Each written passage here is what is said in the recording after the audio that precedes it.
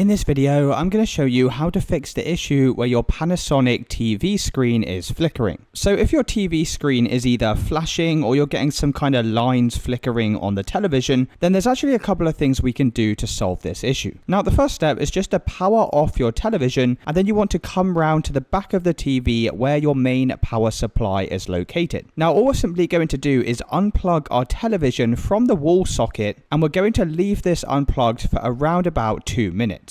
Now, at the same time of this cable being unplugged, you then need to locate the power button on your physical television. Now, this can be sometimes located underneath the television, or it can also be located on the back of your television as well. And once you've found this manual power button switch, we just need to hold this button down for 30 seconds. So once again, while the TV is unplugged, we're just going to manually hold this button down with our finger for around about 30 seconds. And after 30 seconds have passed, we can then release this power button, and that's basically going to drain any residual power left in the TV. Then once the full 2 minutes have passed, we can then re-plug the main power supply back into the wall socket, and you can try turning on your television and checking to see if that solves your issue. Now, if that does not work for you, what you can try doing instead is coming over to the HDMI connections in the back of your TV. So if you have any external cables going from your television to another device, this could be a router or it could be some sort of TV box, then you just want to basically unplug any HDMI cables from the back of your television just to try and rule out any issues with a faulty HDMI cable. Now, obviously, if removing the HDMI cable fixes the flickering issue, then you know now that this is being caused by a faulty HDMI cable, and you can basically try either changing the HDMI to a different HDMI port.